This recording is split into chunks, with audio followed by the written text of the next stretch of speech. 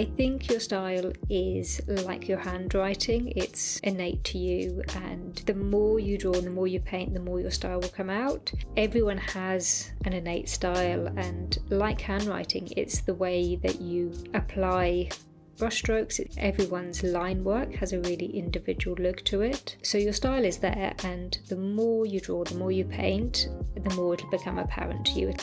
My name is Emma Block and I'm an illustrator living in London. I absolutely love living in London. It's so inspiring. It's such a beautiful city, but it's also so diverse in terms of the different people who live here, but also every neighbourhood has its own feel.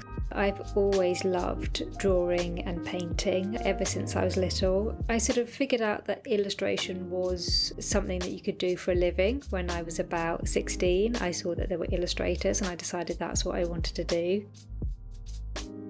When I was 17, I got my first professional job and I was asked to design a couple of Christmas cards for a few greetings card companies, which was really exciting. I think I was only 17 at the time, so I think my dad had to co-sign the contracts or something because I wasn't 18 yet.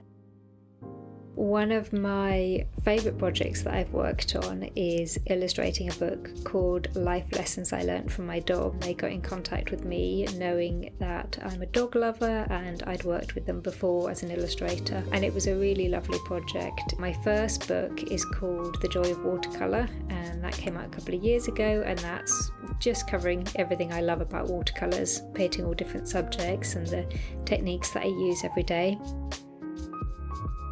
Then the follow-up is Get Started with Gouache, and it shares lots of techniques that I use in my work all the time, using different brushes, creating different effects, painting different subjects, and it's been an absolute joy to work on. I love teaching and I love writing books and sharing what you can do with this wonderful medium.